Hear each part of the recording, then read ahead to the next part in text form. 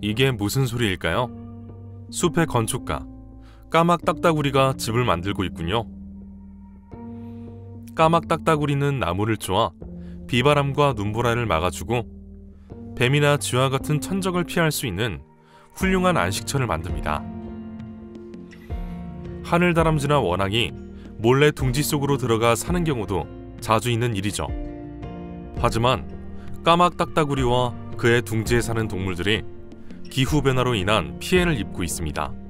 까막 딱따구리가 주로 먹이를 찾고 둥지를 트는 침엽수가 기후변화로 인해 집단으로 말라 죽고 있기 때문입니다.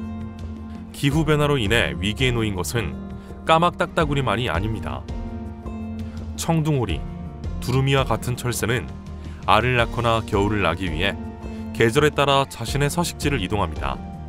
하지만 최근 지구온난화가 심각해져 철새들이 1년 내내 한 곳에서만 살아가는 텃새화가 나타나고 있습니다. 철새들이 떠나지 않는 곳에서는 텃새와의 먹이 경쟁이 치열해지고 반대로 철새들이 찾지 못한 지역에는 벌레가 늘어나 식물이 열매를 맺지 못해 생태계 전반에 악영향을 미치게 됩니다. 머지않아 우리는 새의 지저귀도 벌과 나비의 비행도 살펴볼 수 없는 침묵의 봄을 맞게 될지도 모릅니다. 환경오염, 기후변화 등과 같은 환경 문제로 인한 생물 다양성의 위기. 다음 차례는 우리가 될 수도 있습니다. 오늘은 정다미 소장님을 통해 이 주제에 대해 더 자세하게 알아보도록 하겠습니다. 네, 안녕하세요. 저는 꾸룩새 연구소 소장 정다미입니다. 저는 동물의 행동 생태에 대해서 연구를 하고 그리고 자연을 보존하기 위한 교육 활동을 주로 하고 있고요. 그리고 최근에는 수리부엉이와 관련된 교구를 개발하고 있어요. 네, 꾸룩새는 저희 연구소의 상징적인 새인데요. 바로 저희 연구소 뒷산에 서식하고 있는 수리부엉이를 뜻해요.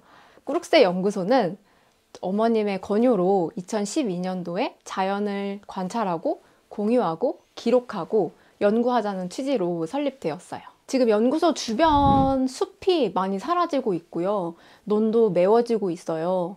그리고 주택이라든지 창고라든지 이런 공사들이 굉장히 많이 일어나고 있거든요. 그렇기 때문에 제가 몇 년 전까지만 하더라도 보였던 그런 새 종수들이 많이 감소하고 있는 걸 확인이 되고요. 그리고 제가 어릴 적만 하더라도 제비가 이 연구소 주변에 꽤 여러 쌍이 번식을 했었는데요. 지금은 번식하는 쌍을 한 2쌍 정도밖에 볼 수가 없어요. 그렇지만 저희 꾸룩새 연구소 주변에는 또 멸종위기 야생동물들이 찾아오고 있거든요.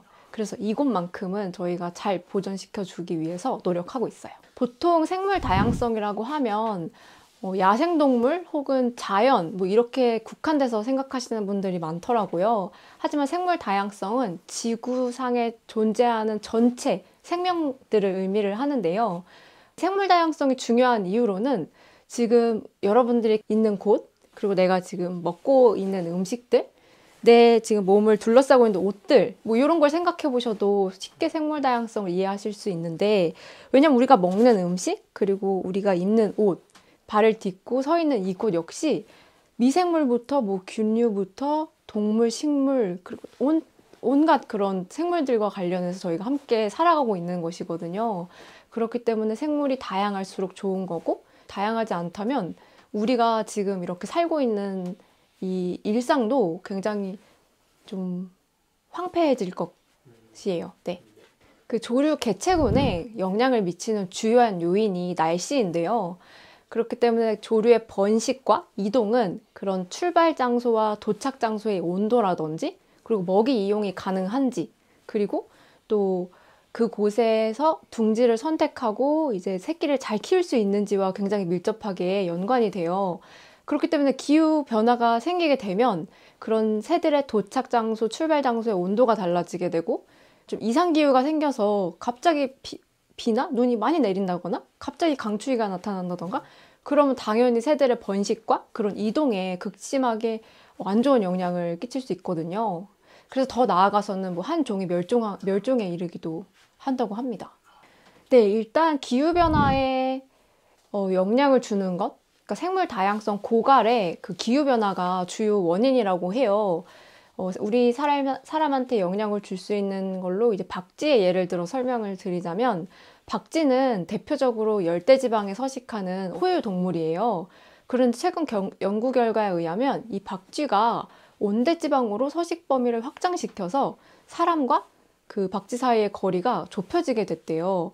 그러면 뭔가 사람도 이 박쥐에 의한 그런 바이러스 감염에 노출이 되기도 하고, 실제로 지금 전 세계를 팬데믹화 시켰던 코로나 바이러스나 사스, 메르스 역시 그 박쥐에게서 온 바이러스거든요.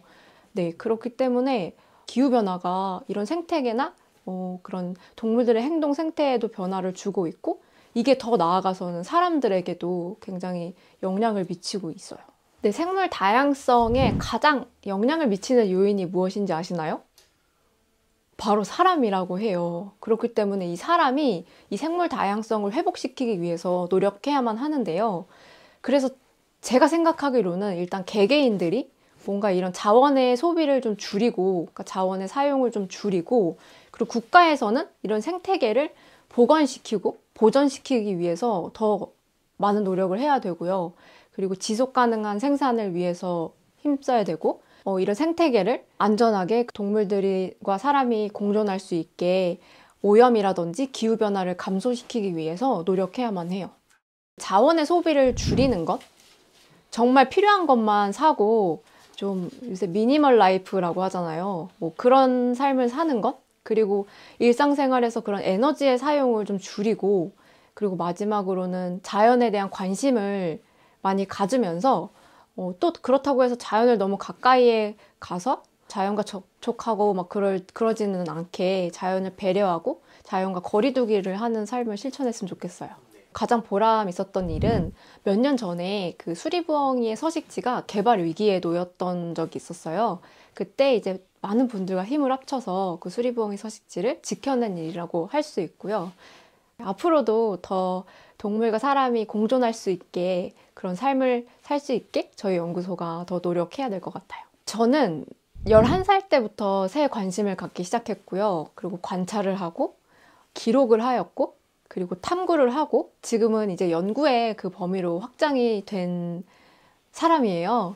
그런데 이 동물을 좋아하는 것과 이렇게 이 동물을 좋아하는 게 직업적으로 연결이 되었을 때 좀 현실적으로 그런 어려움에 좀 부딪히기도 하였어요.